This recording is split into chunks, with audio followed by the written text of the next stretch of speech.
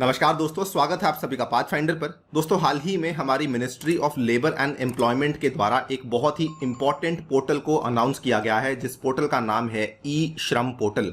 ये जो पोर्टल है काफी लंबे टाइम से पाइपलाइन में था, लेकिन आज फाइनली 26 अगस्त के दिन इस पोर्टल की लॉन्चिंग हो चुकी है। आपके सामने है यहाँ पर मिनिस्ट्री ऑफ लेबर का ये ट्वीट, आप देख सकते हैं।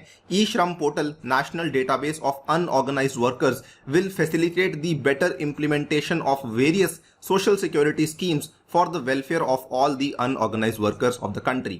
आप यहाँ पे देख सकते हैं ई श्रम का पोर्टल का जो लोगो है वो भी आपके सामने है। ई श्रम श्रमेव जयते प्रोग्राम, आपको मालूम होगा कि मोदी सरकार के द्वारा आज से लगभग 6 साल के पहले श्रमेव जयते कार्यक्रम को शुरू किया गया था। उसी कार्यक्रम के तहत इस पर्टिकुलर पोर्टल को लॉन्च किया गया है। इसका जो ऑफिशियल नेम है वो है national database of the unorganised workers. दोस्तों, इसी के बारे में आपके साथ मैं चर्चा करने वाला हूं कि इसके क्या क्या फीचर्स हैं जो कि यहां पर ये ऑफर करने वाला है, एंड मोर इंपॉर्टेंटली जो कि हमारे लिए ज्यादा रेलिवेंट बन जाता है कि एग्जैक्टली जो भारत में अनऑर्गेनाइज्ड वर्कर्स का स्टेटस है वो फिलहाल किस लेवल पे खड़ा हुआ है। चलिए स्टार्ट करते हैं दोस्तों मेरे साथ। मेरा नाम है अनिरुद्ध। इस लेक्चर की पीडीएफ को आप लोग डाउनलोड कर सकते हैं यहाँ पर दिए गए टेलीग्राम चैनल के माध्यम से, और मुझसे संपर्क में भी आ सकते हैं यहाँ पर दी गई हमारी डिटेल्स के माध्यम से। इसके अलावा आप मुझसे मेरे पर्सनल टेलीग्राम पर आकर भी जुड़ सकते हैं। ऑल्सो आप लोग मुझे फॉलो कर सकते हैं इस पर्टिकुलर हैंडल के माध्यम से जो कि दिया हुआ है आपके सामने on Unacademy app and various other social media channels. दोस्तों, बताना चाहूंगा हमारी एक बहुत ही इंपॉर्टेंट सीरीज चल रही है जिसके सारे के सारे लिंक्स आपको नीचे दिए गए डिस्क्रिप्शन में अनि यूपीएससी लाइब्रेरी में अवेलेबल हो जाएंगे। और ये जो सीरीज है बेसिकली फिलहाल चल रही है 1 ईयर करंट अफेयर्स की। Classes completely free of cost हैं, जुड़ना बिल्कुल भी ना भूलें। राइट, सबसे पहले, और ये थोड़ा सा हैरानी वाली बात है, जान के काफी ज्यादा अजीब लगता है कि हमें एग्जैक्टली ये नहीं मालूम कि आज की डेट में भारत में जो अनऑर्गेनाइज्ड लेबर फोर्स है उसका स्टेटस क्या है। अलग अलग आंकड़े हैं, अलग अलग रिपोर्ट्स ने पेश किए हैं, एंड मोर इंटरेस्टिंगली किसी भी रिपोर्ट ने अपना स्रोत मेंशन नहीं किया है। फॉर एग्जांपल बात करते हैं इकोनॉमिक सर्वे की। 2018-19 का जो सर्वे आया था, जो कि आज से लगभग 2 साल पहले रिलीज किया गया था, इन्होंने ये कहा ऑलमोस्ट, सबसे पहले तो ये कहा कि almost 93% of the total workforce is informal. आपको बताना चाहूंगा भारत में अप्रोक्सीमेटली 50 करोड़ के आसपास लोग हैं जो कि असल में काम करते हैं। अब इसमें से इन्होंने कहा कि लगभग 93% जो है वो इनफॉर्मल क्षेत्रों में काम करते हैं, लेकिन इन्होंने किसी भी तरह का सोर्स मेंशन नहीं किया कि इन्होंने इस डेटा को कहां से उठाया है। और ये मैं बात कर रहा हूं इकोनॉमिक सर्वे की। इसके बाद दोस्तों, नीति आयोग की strategy for new India at 75, ये एक बहुत ही अहम डॉक्यूमेंट रिलीज किया गया था। नवंबर 2018 की बात है। इन्होंने कहा कि कुछ एस्टिमेट्स के अनुसार इंडिया का जो इनफॉर्मल सेक्टर है ये लगभग 85% लोगों को एम्प्लॉय करता है। यानी कि अगर हम ये मान लें कि भारत में 100 लोग काम करते हैं तो 85 लोग जो हैं वो इनफॉर्मल सेक्टर में काम करते हैं। ना इन्होंने सोर्स मेंशन किया, लेकिन असल में वो सोर्स काफी पुराना था। इन्होंने 2014 का एक रिपोर्ट का सोर्स मेंशन किया जिसका नाम था OECD India policy brief education and skills, which again does not have any of its source on the information। यानी कि जो ये वाली OECD थी, इन्होंने ये नहीं बताया कि इनके पास सोर्स कहां से आया।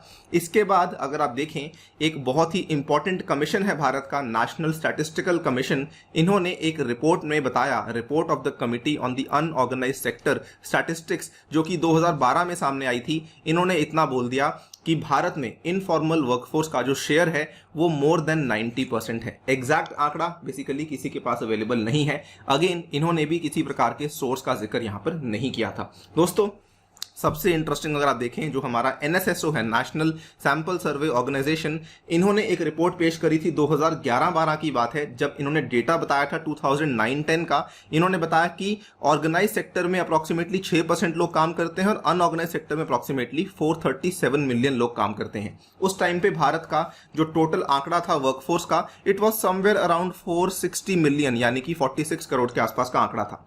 अगेन, आप समझ सकते हैं मैं क्या कहना चाह रहा हूं कि नंबर एग्जैक्टली किसी के पास अवेलेबल नहीं है। टोटल वर्कफोर्स का आंकड़ा यहां पे दिया हुआ है 465 मिलियन।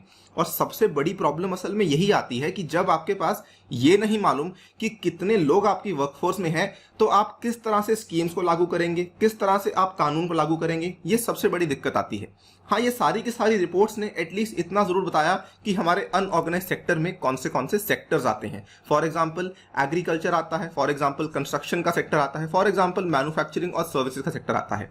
यहां पर हम इन रिपोर्ट्स को ब्लेम नहीं करेंगे। जी हाँ, इन्होंने बिल्कुल सही बातें करी हैं, लेकिन again the main point is कि no one knows the size of India's informal workforce, और सरप्राइजिंगली इवन सरकार को नहीं मालूम कि असल में हमारी वर्कफोर्स का साइज क्या है दोस्तों। और यहीं पे प्रॉब्लम आ जाती है कि आगे जाकर, क्योंकि हमें इनके साइज का कोई आंकड़ा नहीं है, कोई अंदाजा नहीं है, इसीलिए इनकी जो वर्किंग कंडीशंस और बेनिफिट्स हैं वहां पर सिचुएशन काफी ज्यादा खराब है दोस्तों। ये एक ऐसा सेक्टर है जहां पर किसी प्रकार की कोई लीगल प्रोटेक्शंस यानी कि कानूनन सुरक्षाएं इनके पास उपलब्ध नहीं है। अगर बात करें इनकी सोशल सिक्योरिटी की, हालात वहां पर काफी खराब हैं।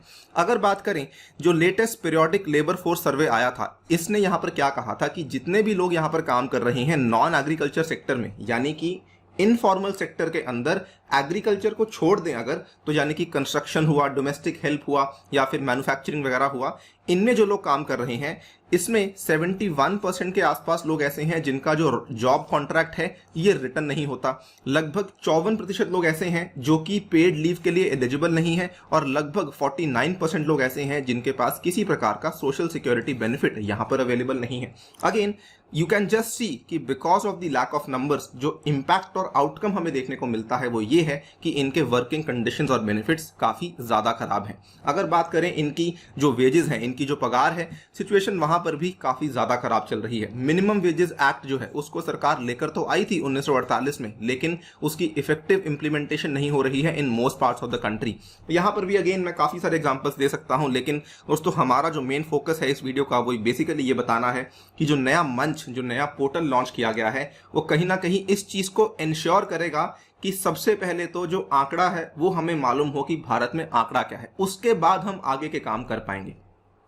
इनफैक्ट इसी चीज के ऊपर टिप्पणी करते हुए जो इकोनॉमिक सर्वे था 2018-19 का, उसने ये भी कहा कि 1 in every 3 veg workers in India has fallen through the crack. कहने का मतलब कि अगर हम ये ले लें कि 3 में से जो एक इंसान है जो कि अनऑर्गेनाइज सेक्टर में काम कर रहा है वो क्रैक के थ्रू गिर चुका है, यानी कि उसको ना तो पगार मिलती है ना उसको किसी प्रकार के कोई बेनिफिट्स मिलते हैं।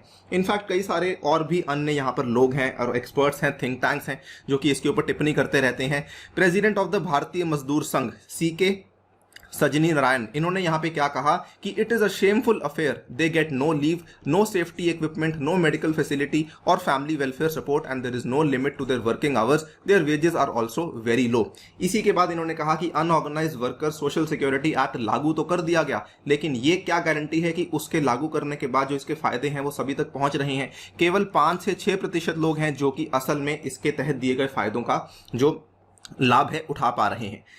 इसी चीज को ध्यान में रखते हुए सुप्रीम कोर्ट की ऑब्जर्वेशन आई थी, आपके सामने है, जून 12, 2021 की खबर है। Supreme court questions the government कि आप अभी तक अनऑर्गेनाइज सेक्टर के वर्कर्स का डेटाबेस क्रिएट क्यों नहीं कर रहे हैं।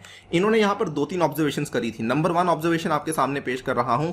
इन्होंने कहा सबसे पहले तो एक कॉमन नेशनल डेटाबेस लेकर आइए, यानी कि अलग अलग प्रांतों में, अलग अलग स्टेट्स में काम करने वाले जितने भी यहाँ पे वर्कर्स हैं उनके लिए आप बनाइए कॉमन नेशनल डेटाबेस। उसके बाद इन्होंने यहाँ पर मिनिस्ट्री ऑफ लेबर को एक तरीके से डांटा भी कि आपने प्रोसेस शुरू किया था लेकिन आपने प्रोसेस को कभी कंप्लीट ही नहीं किया। वेयर इज योर पोर्टल, आपने वो अभी तक पोर्टल लॉन्च क्यों नहीं किया।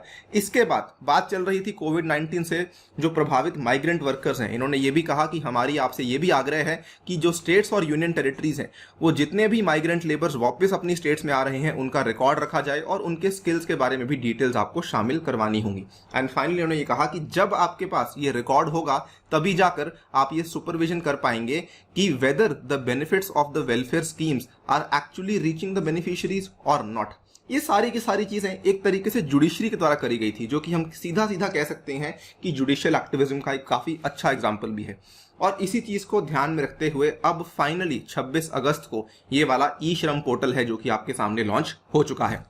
दोस्तों 26 अगस्त को लॉन्च होने वाला था, ये अनाउंसमेंट कल हो गई थी और आज दोपहर को ये वाला पोर्टल लॉन्च हो चुका है। यहाँ पर आप देख सकते हैं हमारे जो मंत्री हैं लेबर एम्प्लॉयमेंट के मिस्टर भूपेंद्र यादव, इन्होंने इस पर्टिकुलर ई श्रम पोर्टल के लोगो को लॉन्च किया था कल के दिन और आज इसकी फॉर्मल अनाउंसमेंट हो गई है। अब ये ई श्रम पोर्टल क्या करेगा, यहाँ पर अगर आप ध्यान से देखेंगे गवर्नमेंट ने एक आंकड़ा भी दिया है। इन्होंने कहा है कि हमारी उम्मीद यह है कि हम भारत में 38 करोड़ अनऑर्गेनाइज वर्कर्स को रजिस्टर करवाने वाले हैं। अगर आप ये देखें कि पिछले सालों में जो हमारे अनऑर्गेनाइज वर्कर्स का टोटल वर्कफोर्स था वो 43 करोड़ के आसपास था और उसके पहले अलग अलग आंकड़े सामने आए थे। Now this is also very strange कि गवर्नमेंट 38 करोड़ के आंकड़े पर असल में पहुंची कहां से है। बट इन्होंने एटलीस्ट ये बोल दिया है कि यहाँ पर फिर भले वो कंस्ट्रक्शन लेबरर्स हों, फिर भले वो माइग्रेंट लेबरर्स हों, फिर भले वो स्ट्रीट वेंडर्स वर्कर्स हों या डोमेस्टिक वर्कर्स हों, हम हर एक तरह के इंसान को यहाँ पर जो है पंजीकरण करवाने वाले हैं। पंजीकरण के बाद होगा क्या, इनको एक ई श्रम कार्ड दिया जाएगा। जैसे हमारा आधार कार्ड होता है वैसे ही एक ई श्रम कार्ड दिया जाएगा इन वर्कर्स को, जिसके ऊपर 12 डिजिट का यूनिक नंबर होगा। इसका फायदा ये होगा कि इनको आगे जाके जितनी भी सोशल सिक्योरिटी स्कीम्स जो कि इनके लिए शुरू करी गई हैं वो इन तक इनके बेनिफिट्स पहुंचाए जाएंगे। बेसिकली मकसद क्या है कि बेनिफिशियरीज को रजिस्टर करवाना है एक पोर्टल में, सो दैट आगे जाके आप सोशल सिक्योरिटी स्कीम्स इन तक पहुंचा सकें। रजिस्टर करवाने के लिए इन्होंने कई सारी यहाँ पे हेल्पलाइंस ऑफर करी हैं। साथ में इन्होंने कहा है कि the workers can begin the registration from the same day. एक यहाँ पर टोल फ्री हेल्पलाइन ऑफर करी गई है 14434। आपके जानकारी में कोई है तो उसको बता भी सकते हैं आप। और रजिस्टर करवाने के लिए आपको अपना आधार कार्ड चाहिए होगा, अपनी बैंक अकाउंट डिटेल्स और कुछ बेसिक डिटेल्स जैसे कि date of birth, home town, mobile number वगैरह वगैरह, इन सब की मदद से आप यहाँ पे रजिस्टर कर सकते हैं। एंड अल्टीमेटली ये भी कहा जा रहा है कि आगे जाके अवेयरनेस कैंपेन्स को भी लॉन्च किया जाएगा across the country in order to enable the nationwide registration of the workers. दोस्तों मुद्दे काफी सारे हैं, इनके जो कंडीशंस हैं हम उसके बारे में एट लेंथ बात कर सकते हैं, बट फिलहाल जो मेरा मेन मुद्दा था बात करने का वो ये था कि आंकड़ा हमारे पास अवेलेबल नहीं है और उसी आंकड़े पर पहुंचने के लिए गवर्नमेंट ऑफ इंडिया के द्वारा लिया गया ये वाला स्टेप काफी नोटेबल है। बोलना चाहूंगा आने वाले ईपीएफओ के एग्जामिनेशन में इसके ऊपर सीधा सीधा सवाल बन सकता है। फिलहाल के लिए दोस्तों वीडियो में इतना ही। जाने से पहले आपको फिर से एक बार बता दूं, अनअकैडमी की सब्सक्रिप्शन अगर आप लेते हैं तो यूजिंग माय कोड अनि यूपीएससी आपको सीधा सीधा 45% का डिस्काउंट अवेलेबल हो जाएगा। इतना ही नहीं, आप यहां पर मेरी पर्सनल गाइडेंस भी अवेलेबल करवा सकते हैं अगर आप लोग ये वाला कोड यूज करते हैं। इसके अलावा 2 महीने की सब्सक्रिप्शन भी अवेलेबल है यूजिंग माय कोड अनि यूपीएससी। आप यहां पर भी इसको 13,500 में अवेलेबल करवा सकते हैं अगर आप लोग इस साल के प्रीलिम्स को टारगेट कर रहे हैं। मेरे द्वारा भी आपको ये सारी की सारी ऑफरिंग्स अवेलेबल करवा दी जाएंगी। एंड कॉम्बैट में आप लोग हिस्सा ले सकते हैं आने वाले रविवार के दिन। एंड ऑल्सो हमारी फ्री टेस्ट सीरीज भी चल रही है। Thank you for listening, stay tuned and stay safe.